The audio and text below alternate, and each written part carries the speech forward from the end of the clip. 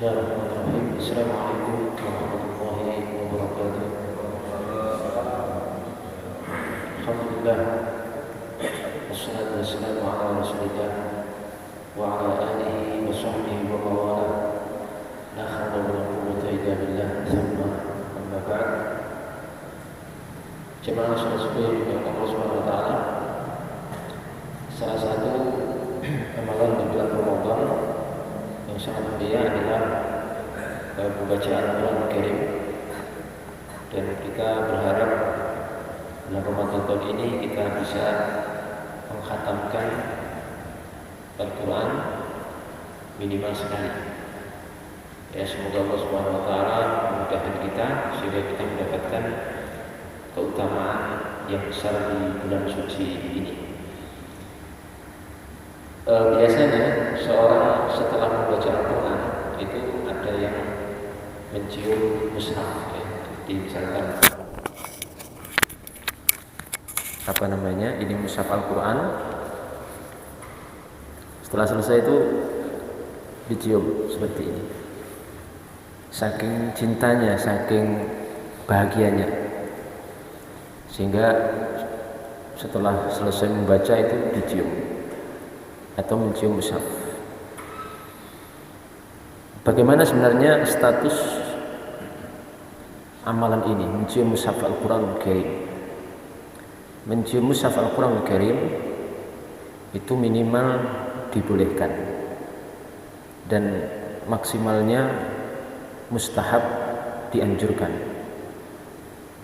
Ini menurut pendapat daripada jumhur ulama, mayoritas para ulama, ya hampir semua ulama dari Hanafiyah, Syafi'iyah, dan Hanabilah.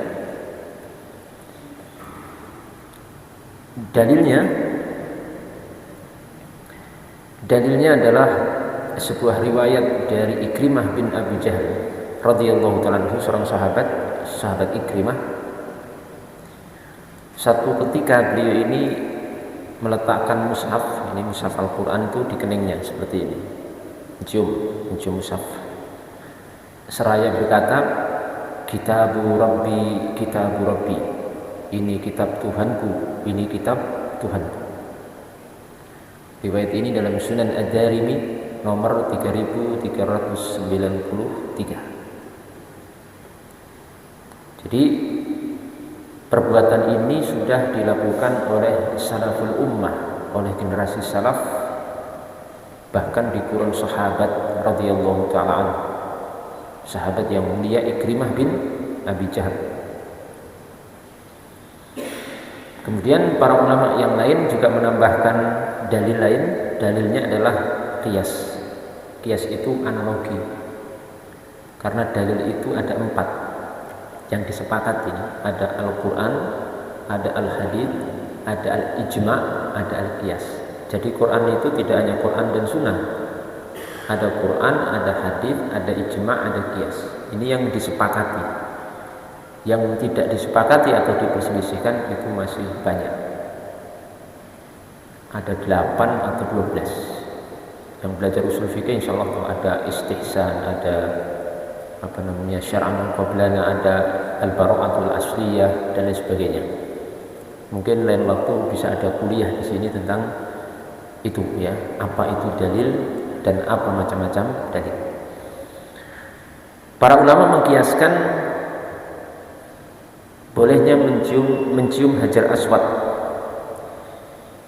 Ya, di sini disebutkan dalam kitab Hasya Syarwani jilid 1 halaman 155.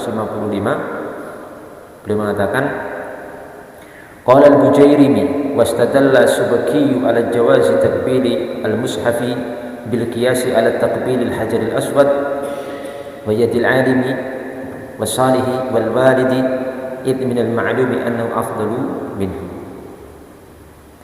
Imam Al-Bujairimi rahimahullah ta'ala, seorang ulama besar, seorang mujtahid, menyatakan bahwa Imam As-Subki berdalil untuk dibolehkannya mencium mushaf Al-Quran Al-Karim dengan dikiaskan ke mencium Hajar Aswad. Mencium apa? Hajar Aswad. Mencium tangan seorang alim, mencium tangan seorang yang saleh, mencium tangan orang tua, karena telah dimaklumi bahwa Al-Quran itu lebih utama dari mereka semua. Jadi kedua kias ya. Apa? Kias. Dikiaskan ke kalau mencium Hajar Aswad saja boleh, mencium Al-Quran juga boleh, karena Al-Quran itu lebih afdal dari Hajar Aswad, Ka'bah itu maksudnya, dan lebih mulia dari mencium tangan seorang alim soleh, tangan orang tua. Nanti sebentar malam akan saya sampaikan tentang hukum mencium tangan orang tua khususnya dan para guru, karena biasanya menjelang hari raya ini ada tradisi kita kan saling berkunjung, saling bermaaf-maafan, dan biasanya para anak-anak itu mencium tangan orang tuanya. Insya Allah sebentar malam ya, sebelum sholat tarawih. Itu dalil kedua. Dan jamaah sekalian yang dimuliakan Allah Subhanahu wa taala, Imam Ahmad bin Hanbal rahimahullah taala pernah ditanya tentang hukum mencium mushaf, dan beliau menjawab boleh berdasarkan riwayat pertama yang sudah saya bacakan tadi dari Ikrimah bin Abu Jahal. Dan perhatikan, hal ini juga diperbolehkan oleh Syekhul Islam Ibnu Taimiyah rahimahullah taala. Dibolehkan oleh siapa? Syekhul Islam Ibnu Taimiyah rahimahullah taala dalam Majmu' al-Fatwa beliau jilid 23 halaman 65. Jadi bisa dilacak referensi yang saya sebutkan, semua makalah penyampaian saya ini punya rujukan ilmiah yang bisa dipertanggungjawabkan dan bisa dilacak dan diketahui dan dibaca ya oleh kita semuanya. Bahkan seorang ulama kontemporer di Saudi Arabia, yaitu Syekh Abdul Aziz bin Baz rahimahullah taala, juga membolehkan. Perhatikan ya, dalam Majmu' al-Fatawa jilid 9 halaman 289, Syekh bin Baz rahimahullah taala menyatakan, la na'lamu dalilan ala syar'iyyati taqbilih, walakin law qabbalahu al-insanu fala ba'sa li'annahu yurwa an Ikrimah bin Abi Jahal as-sahabi al-jalil annahu kana yuqabbilu al-mushafa wa yaqulu hadza kalamu rabbi. Memang kita tidak tahu adanya dalil secara khusus akan hal ini, tapi kalau seorang insan mencium mushaf fala ba'sa, maka itu tidak mengapa. Kenapa? Karena beliau telah diriwayatkan dari sahabat Ikrimah bin Abi Jahal, sahabat Ikrimah yang mulia, bahwasanya beliau mencium mushaf dan kemudian mengatakan ini adalah ucapan Tuhanku. Ini bisa dicek di Majmu' Fatawa Syekh bin Baz rahimahullah taala jilid 9 halaman 289. Jadi sudah saya paparkan dalil-dalilnya, sudah saya paparkan ucapan para ulama tentang masalah ini ya, yang punya kapasitas dan kapabilitas. Kemudian perlu diluruskan juga, seorang yang setelah selesai membaca Al-Quran kemudian mencium mushaf itu bukan berarti kemudian orang itu tidak mempelajari Quran. Artinya ada satu pernyataan begini, Al-Quran itu bukan untuk dicium tapi untuk dipelajari. Yang mencium itu juga mempelajari. Jadi tidak ada konsekuensinya ya. Maksudnya orang mencium mushaf, misalkan saya mencium mushaf, kemudian berarti saya tidak mempelajari Al-Quran, itu juga tidak benar. Kita, alhamdulillah, saya belajar usul tafsir di Yaman, dan saya mempelajari Al-Quran itu langsung dari para masyayikh, para ulama di sana, ya, langsung itu per ayat tafsirnya bagaimana kita pelajari. Setiap hari belajar mushaf tafsir itu pada zuhur, setelah zuhur tiap hari selama bertahun-tahun. Ya, kemudian usul tafsir saya sudah menyelesaikan dengan para masyayikh di sana seperti Asy-Syaikh Al-Fadhil Abdurrahman Al-Adani rahimahullahu taala. Jadi bagaimana kita mempelajari tafsir Al-Qur'an itu pakai ilmu namanya usul tafsir.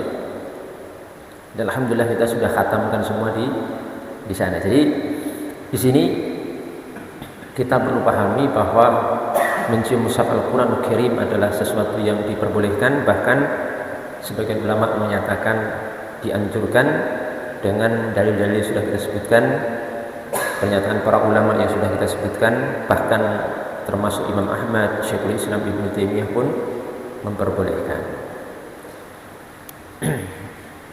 Sehingga amaliyah sebagian kaum muslimin di Indonesia ini tidak salah ya. Semuanya sudah berdasarkan dalil, berdasarkan argumentasi ilmiah yang bisa dipertanggungjawabkan dunia sampai akhirat.